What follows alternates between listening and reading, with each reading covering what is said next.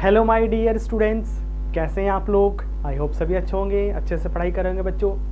तो आज के इस वीडियो में बच्चों हम लोग डिस्कस करेंगे ह्यूमन का मेल रिप्रोडक्टिव स्ट्रक्चर्स। बच्चों ये हमारा नेक्स्ट पार्ट है ह्यूमन रिप्रोडक्शंस का, क्लास 11th का। ठीक है, तो चलो बच्चों हम लोग इसको स्टार्ट करते हैं।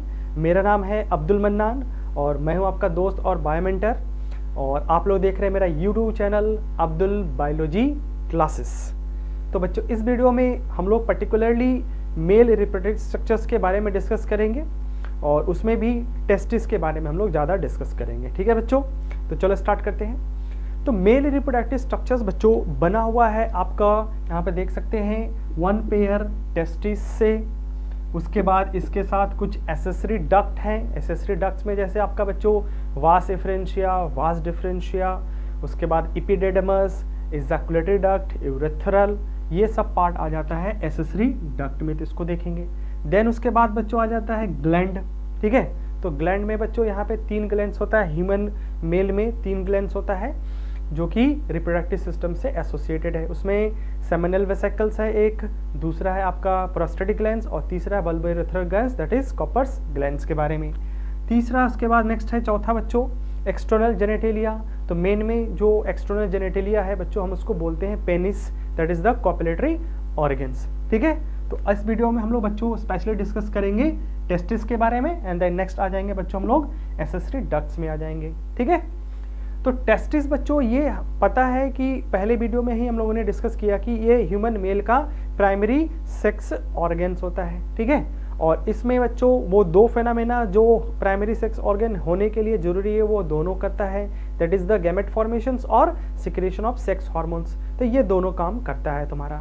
अब आता है बच्चों कि ह्यूमन मेल में जो टेस्टिस है वो होता कहाँ पे, लोकेशन और पोजीशंस की बात करें तो होता कहाँ पे है। ठीक है, तो बच्चों ये टेस्टिस जो है आपका लोकेटेड होता है outside the abdominal cavities, that means कह सकते हैं एक्स्ट्रा एब्डोमिनल होता है, आउटसाइड द एब्डोमेंस। ठीक है, अब एब्डोमेंस के बाहर है तो उस बाहर कहीं ना कहीं किसी स्ट्रक्चर्स में तो होगा, तो प्रेजेंट होता है स्किन का एक फोल्ड होता है, पाउच लाइक स्ट्रक्चर होता है जिसको हम बोलते हैं स्क्रोटम या स्क्रोटल सेक बोला जाता है। तो उसी स्क्रोटम में अंदर प्रेजेंट होता है बच्चों। ठीक है, दैट मीन्स एक्स्ट्रा एब्डोमिनल है, तो दैट मीन्स ऐसे बाहर की तरह ऐसे ओवर हैंगिंग कंडीशंस में प्रेजेंट होगा, ओवर हैंगिंग कंडीशंस में प्रेजेंट होता है, मतलब बाहर ये ऐसे लटका हुआ रहता है तुम्हारा। ठीक है, स्क्रॉटल शेक भी बोल सकते हैं या स्क्रॉटम बोल सकते हैं। अब इसके पीछे रीजन फाइंड आउट करते हैं कि why that located outside the abdominal cavities, why not inside the abdominal cavities. तो उसके पीछे जो मेन रीजन है बच्चों कि आउटसाइड होने के वजह से जो टेस्टिस है उसका जो टेम्परेचर है बॉडी टेम्परेचर से आपका 2 से 2.5 डिग्री सी टेम्परेचर्स क्या हो जाता है, कम हो जाता है then the lower body temperatures. ठीक है ना, तो बॉडी टेम्परेचर से 2 से 2.5 डिग्री टेम्परेचर कम होता है, तो इसलिए ये बाहर। इससे क्या फ़ायदा होगा बाहर टेम्परेचर कम होने से बच्चों, तो टेम्परेचर कम होने से प्रॉपरली टेस्टिस के अंदर स्पर्मेटोजेनेसिस प्रोसेस होगा। इफ सम हाउ टेम्परेचर अगर राइज रहता है टेस्टिस का तो उसमें स्पर्मेटोजेनेसिस प्रोसेस ठीक से नहीं होगा, नंबर ऑफ स्पर्म काउंट कम हो जाएगा, कंडीशंस को बोलते हैं ओलिगोस्पर्मिया। और इस केसेस में जो मेल है बच्चों वो आपका स्टेराइल हो जाएगा, मतलब उसका जो गैमेट है वो काम नहीं करेगा, फर्टिलाइजेशन नहीं कर पाएगा। ठीक है, ओलिगोस्पर्मियास का केसेस होता है। ठीक है, बट बच्चों कुछ एनिमल्स हैं जिनमें जो टेस्टिस होता है वो आपका इंट्रा एब्डोमिनल है, उनमें खास है बच्चों आपका एलिफेंट।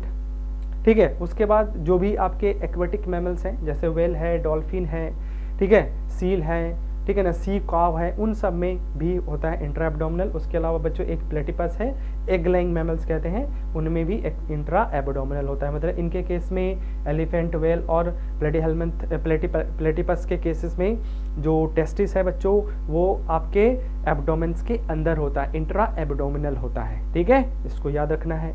एक जानवर है बच्चों बैट, फ्लाइंग फॉक्स जिसको कहा जाता है, इसके केसेस में जो आपका टेस्टिस है वो होता तो इंट्रा एब्डोमिनल है, लेकिन जब ब्रीडिंग सीजन आता है, मतलब ड्यूरिंग ब्रीडिंग सीजन्स, ये आपका बच्चों आ जाता है बाहर। तो ड्यूरिंग ब्रीडिंग सीजन ये हो जाएगा एक्स्ट्रा एब्डोमिनल। ठीक है, ड्यूरिंग ब्रीडिंग सीजन क्या हो जाएगा बच्चों, एक्स्ट्रा एब्डोमिनल हो जाएगा। ठीक है, तो एब्डोमेन से बाहर चला जाता है। दैट्स क्लियर बच्चों। तो ये हमारा टेस्टिस के बारे में रहा, ठीक है। एनीवे बच्चों, ऐसा नहीं है कि शुरू से ही टेस्टिस जो है वो एब्डोमेन्स के बाहर ही होता है।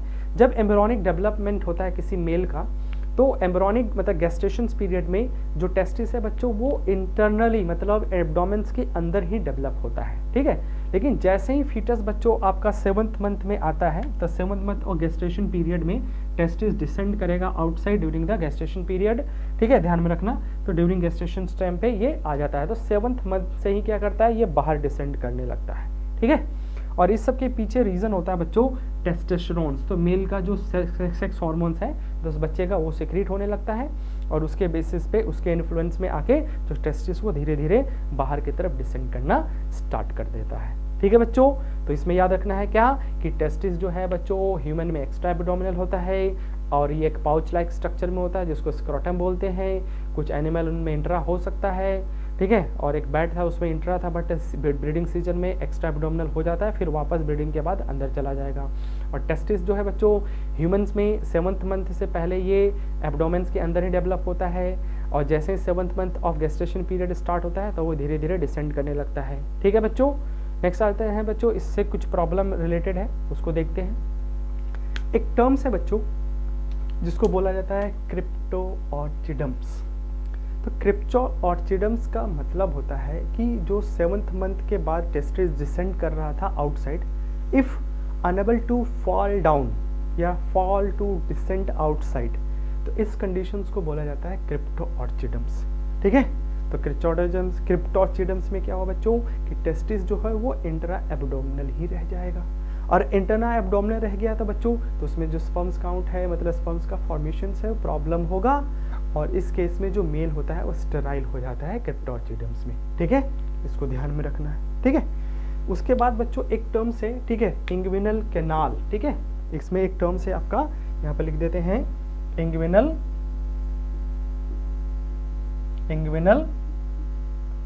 कैनाल। तो इंग्विनल कैनाल बच्चों क्या होता है, जैसे अभी बनाया था मैंने, ये है आपका मान लेते हैं टेस्टिस है, और ये है आपका एब्डोमेन। तो ये एब्डोमेन से जुड़ा हुआ है, टेस्टिस जो है यहाँ पे प्रेजेंट होता है, यहाँ पे टेस्टिस प्रेजेंट है, ठीक है। तो यहाँ पे जिस पोर्शन से ये एब्डोमेन से जुड़ा रहता है उसको बोलते हैं इंग्विनल कैनाल। तो ये एक क्या हो गया बच्चों, एक नैरो डक्ट होता है, ठीक है, नैरो डक्ट है जो कनेक्ट करता है, ठीक है ना, कनेक्ट आपका टेस्टिस कह दो या स्क्रोटम कह दो, टेस्टिस टू एब्डोमेन्स, ठीक है, एब्डोमेन से कनेक्ट करने का काम करता है, दैट्स अ इंग्विनल कैनाल। एक इस इंग्विनल कैनाल में बच्चों यहाँ पे एक कॉर्ड लाइक स्ट्रक्चर भी होता है, ठीक है, जो कि फाइबरस और मसलकुलर स्ट्रक्चर से मिलके बना होता है, जिसको हम लोग कहते हैं बच्चों स्पर्मेटिक कोड, ठीक है, क्या बोलेंगे इसको हम लोग, स्पर्मेटिक कोड। तो एक और स्ट्रक्चर है इसमें आपका स्पर्मेटिक कोड, ठीक है ना, स्पर्मेटिक कोड। तो स्पर्मेटिक कोड बच्चों ध्यान में रखना, ये क्या है, फाइब्रो मस्कुलर टिश्यूज है, कॉर्ड लाइक स्ट्रक्चर होता है, ठीक है, और इसी कॉर्ड लाइक स्ट्रक्चर से बच्चों आपका यहाँ से आपका वास्ट डिफरेंस जो है, ठीक है, वास्ट डिफरेंस दोनों टेस्टिस का, plus blood vessels, nerve fibres, whatever जो भी है, ये सब चीज़ें पास करता है। तो ये एक पाथवे हो गया किसके लिए, आपका वास्ट डिफरेंशिया के लिए।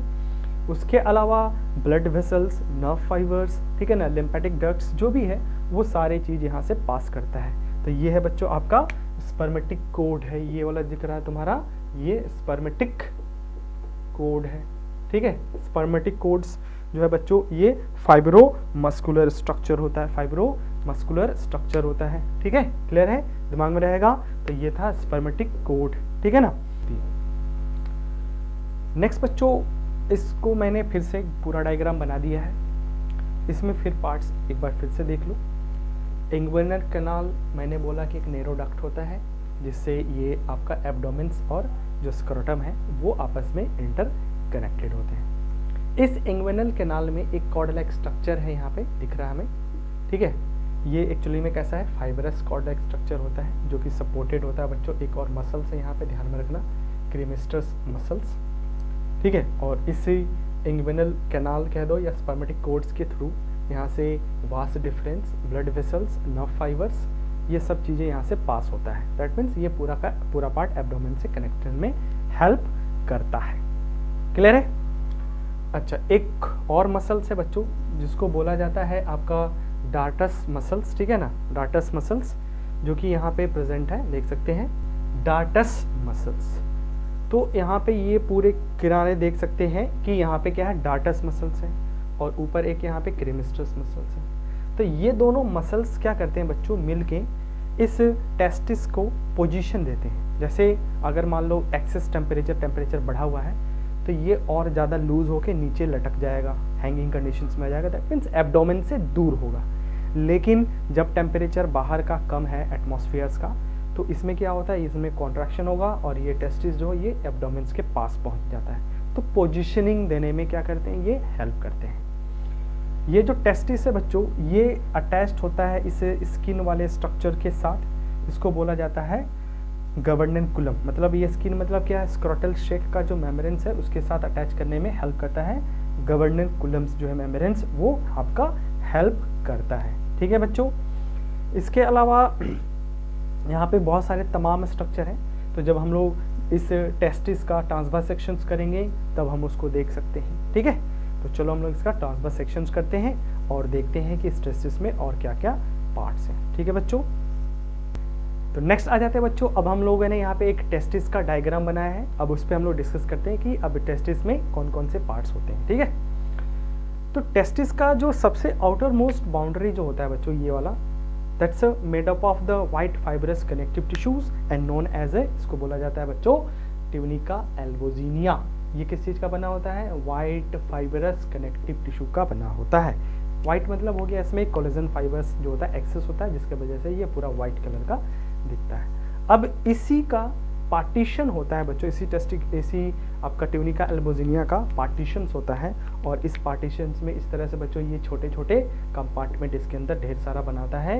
इस कंपार्टमेंट को बोला जाता है टेस्टिकुलर लोब्यूल, और इस टोटल कंपार्टमेंट का नंबर जो होता है बच्चों वो करीब करीब 250 होता है ईच टेस्टिस के अंदर, मतलब 2 टेस्टिस में करीब करीब 500 इस तरह से टेस्टिकुलर लोब्यूल हो जाएंगे। तो यहाँ तो एक ही टेस्टिस है तो 250 होता है। और इच टेस्टिकुलर लोब्यूल्स के अंदर बच्चों यहाँ पे प्रेजेंट होता है स्मॉल ट्यूब लाइक स्ट्रक्चर जिसको बोलते हैं सेमिनिफेरस ट्यूब्यूल्स, और इच टेस्टिकुलर लोब्यूल्स में 2 से 3 इसमें सेमिनिफेरस ट्यूब्यूल्स होता है। और यही मेन स्ट्रक्चर है बच्चों जहाँ पे स्पर्मेटोजेनेसिस प्रोसेस, स्पर्म्स का जो फॉर्मेशंस है वो चल रहा होता है। तो दैट्स द सेमिनिफेरस ट्यूब्यूल्स। कितना नंबर बोला, एक टेस्टिकुलर लोब्यूल में 2 से 3 होता है। ठीक है, अब इस टेस्टिकुलर लोब्यूल्स का जो फाइनेस्ट पार्ट होता है, जो जाके अल्टीमेटली जाके मिलता है किसके साथ है, इस मिलता है बच्चों इस रेटी टेस्टिस के साथ, और ये जो फाइनेस्ट पार्ट बोला मैंने इसको बोलते हैं ट्यूबुली रेक्टी।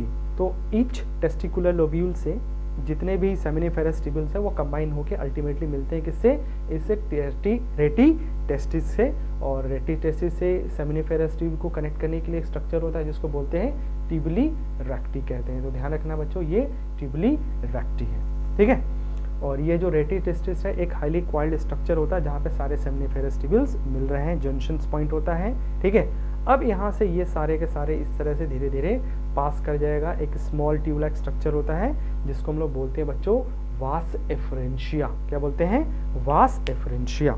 तो ये सारे के सारे वास एफरेंशिया इस टेस्टिस से बाहर निकलता है, मतलब अब आने वाला है कौन सा बच्चों, एक्स्ट्रा टेस्टिकुलर स्ट्रक्चर या एक्स्ट्रा टेस्टिकुलर डक्ट। तो अभी तक जो भी डक्ट पढ़ा वो सब क्या है, इंटरा टेस्टिकुलर टेस्टिस के अंदर इंटरा टेस्टिकुलर क्या क्या था, सेमिनिफेरस ट्यूब्यूल्स था, ट्यूबुली रेक्टी था और रेटी टेस्टिस था, और ये भी कुछ पार्ट आधा अंदर है आधा बाहर है वासा एफरेंशिया का। अब ये वासा एफरेंशिया जो है बच्चों ये करीब करीब 10 से 12 स्मॉल ट्यूब लाइक स्ट्रक्चर होता है जो कि इस कनेक्ट करता है किससे, इपीडाइडमस से कनेक्ट करता है। ठीक है, किससे कनेक्ट करेगा, इपीडाइडमस से कनेक्ट करने जा रहा है तुम्हारा। ठीक है, अब यहाँ पे देख सकते हैं बच्चों कि जो एपिडाइडमस है तो उस एपिडाइडमस में टोटल जो है 3 सेक्शन बना हुआ है, एक है कैपट, दूसरा कॉर्पस, तीसरा है कॉर्डल पार्ट होता है। ये भी हाईली क्वाइल्ड स्ट्रक्चर होता है, हाईली क्वाइल्ड ट्यूबुलर स्ट्रक्चर होता है जहाँ पे जो स्पर्म्स है वो टेम्परेरी स्टोर होता है और उनका मैचुरेशन भी चलता है। तो अगर फंक्शन पूछता है एपिडाइडमस का तो इसमें क्या होगा, temporary storage of the sperms and maturations. तो फिजियोलॉजिकल जो मैचुरेशन होता है, मैचुरेशंस, वो स्ट्रक्चरल मैचुरेशंस कह सकते हो, वो यहाँ पे चल रहा होता है। 3 रीजन बोला, कैपट, कॉर्पस और काउडल। कैप ऊपर और काउडल पूंछ नीचे की तरफ होता है, जो कि अब सीधे कनेक्ट हो जाएगा किससे बच्चों, आपका वास डिफरेंस से। और वास डिफरेंस से होता हुआ ये कहाँ चला जाएगा बच्चों, ये एब्डोमेन्स की तरफ चला जाएगा, एब्डोमिनल कैविटीज में चला जाएगा। तो इस तरह का 2 डक्ट आता है ईच, दोनों टेस्टिस के साइड से, ईच टेस्टिस से आएगा वास डिफरेंस, जो कहाँ जा रहा है, एब्डोमिनल ट्यूब्स के एब्डोमेन्स में जा रहा है, जो आके वो यूरेथ्रा के साथ मिलेगा। तो उसको हम लोग नेक्स्ट पार्ट में देख लेंगे बच्चों, कहाँ पे डक्ट सिस्टम जब देखेंगे तो ये है हमारा ओवरऑल स्ट्रक्चर बच्चों, सेमिनिफेरस ट्यूब्यूल से लेके कहाँ तक, इसमें वास डिफरेंस तक का जो डक्ट है। तो इसमें एक क्वेश्चन कॉमन होता है बच्चों, इसमें आपको पाथवे बताना होता है स्पर्म्स के मूवमेंट का। तो एक बार देख लेना किससे मूव कर रहा है। तो स्टार्टिंग कहाँ से हो रहा है बच्चों, नंबर 1 है सेमिनिफेरस ट्यूब्यूल्स। सेमिनिफेरस ट्यूब्यूल से कहाँ जाएगा, नंबर 2 ट्यूबुली रेक्टी। बहुत सारे बुक्स में ट्यूबुली रेक्टी मेंशन नहीं किया रहता है, तो इसको ध्यान में रखना, ट्यूबुली रेक्टी। देन उसके बाद कहाँ जाएगा बच्चों, 3rd है तुम्हारा रेटी टेस्टिस, एंड देन 4th है वास डिफरेंशिया, एंड 5th है बच्चों आपका इसमें है इपीडेडमस, एंड 6th हो जाएगा बच्चों यहाँ पे वास डिफरेंस। ठीक है, अब बच्चों मैं यहाँ पे क्या करता हूँ, एक ट्रांसवर्स सेक्शन लेता हूँ सेमिनिफेरस ट्यूब्यूल्स को दिखाने के लिए कि अब सेमिनिफेरस ट्यूब्यूल्स का कैसा यहाँ पे स्ट्रक्चर्स है। ठीक है, तो इसका मैं एक बार ट्रांसवर्स सेक्शंस कर लेता हूँ। ठीक है, तो आप भी देखते जाओ यहाँ पे कि क्या है इस ट्रांसवर्स सेक्शंस में। ठीक है, तो जब हम सेमिनिफेरस ट्यूब्यूल्स का ट्रांसवर्स सेक्शंस करेंगे तो इस तरह से बहुत सारे ट्यूब दिखेगा। ब्लू था तो ब्लू से ही मैं बना लेता हूँ। ये है एक सेमिनिफेरस ट्यूब्यूल्स, ये है दूसरा सेमिनिफेरस यानी तीसरा, तो एक में 2 से 3, तो 3 हम दिखा दे रहे हैं। ठीक है, अब ये जो सेमिनिफेरस ट्यूब्यूल्स है बच्चों, यहाँ पे लाइंड होता है इस तरह से, जर्मिनल इपिथेलियम से लाइंड होता है। तो ये है जर्मिनल इपिथेलियम या जर्मिनल प्राइमोडियल सेल्स इसको कहते हैं। ठीक है, और बीच बीच में बच्चों यहाँ पे कुछ बड़े साइज के सेल्स भी बीच बीच में इस तरह से प्रेजेंट होता है, थोड़ा सा अलग साइड टाइप का सेल्स है। ठीक है, और इसी में से क्या होता है बच्चों, आपका जो स्पर्म्स है ये यहाँ से टूट के स्पर्म्स जो है ये स्पर्मेटोसाइट सेल्स जो है वो रिलीज हो रहा है, और उससे धीरे धीरे यहाँ पे स्पर्म्स बन रहा है। तो इसी वाले पार्ट्स में ढेर सारा स्पर्म्स क्या है प्रेजेंट होता है। ठीक है, तो क्या क्या पार्ट्स है बच्चों एक बार फिर से देख लेते हैं। यहाँ पे ये जो किनारे हैं इसको क्या बोला हम लोगों ने, ये है जर्मिनल इपिथेलियम। उसके बाद यहाँ पे साइड में और भी बहुत सारे सेल्स होते हैं। ये कौन से सेल्स है बच्चों, ये है स्पर्मेटोसाइट सेल्स हैं, जो कि स्पर्मेटोजुआ का फॉर्मेशंस करेंगे। उसके अलावा बच्चों इसमें कुछ स्पेशल सेल्स है, ये वाला जो दिख रहा है इसको हम लोग बोलते हैं बच्चों यहाँ पे सर्टोली सेल्स। ठीक है, सर्टोली सेल्स बोलते हैं। ठीक है ना, इसका और भी नाम है Sertoli cells, nurse cells, supporting cells, बहुत सारे नाम है, काफ़ी इंपॉर्टेंट सेल्स होता है बच्चों। ठीक है, सर्टोली सेल्स। और ये जो सर्टोली सेल्स है बच्चों, ये नर्स सेल्स इसको इसलिए बोला जाता है क्योंकि यही डेवलपिंग स्पर्मेटोजुआ को, ये है स्पर्मेटोजुआ जो बन गया, स्पर्म्स बन गया है, ये है आपका स्पर्मेटोजुआ। ठीक है, स्पर्मेटोजुआ। इसके अलावा बच्चों जैसे ये सेमिनिफेरस ट्यूब्यूल, ये दूसरा तीसरा, इनके बीच में भी कुछ सेल्स यहाँ पे प्रेजेंट होता है। तो ये कहाँ पे इंटरस्टिशियल स्पेस है, तो इंटरस्टिशियल स्पेस बोल सकते हैं। तो यहाँ पे जो सेल्स होगा उसको इंटरस्टिशियल सेल्स कहते हैं। ठीक है, और इसका एक जो टेक्निकल नेम है बच्चों उसको बोला जाता है लेडिग सेल्स बोलते हैं। क्या बोलेंगे बच्चों इसको, लेडिग सेल्स बोला जाता है। तो ये इंटरस्टिशियल सेल भी बोल सकते हो या इसको लेडिग सेल्स भी बोल सकते हैं क्योंकि इंटरस्टिशियल स्पेस में प्रेजेंट है। ठीक है, इंटरस्टिशियल सेल्स में प्रेजेंट है। यही मेन सेल्स है बच्चों जो कि आपका male sex hormone that is testosterone का सिक्रेशंस करता है।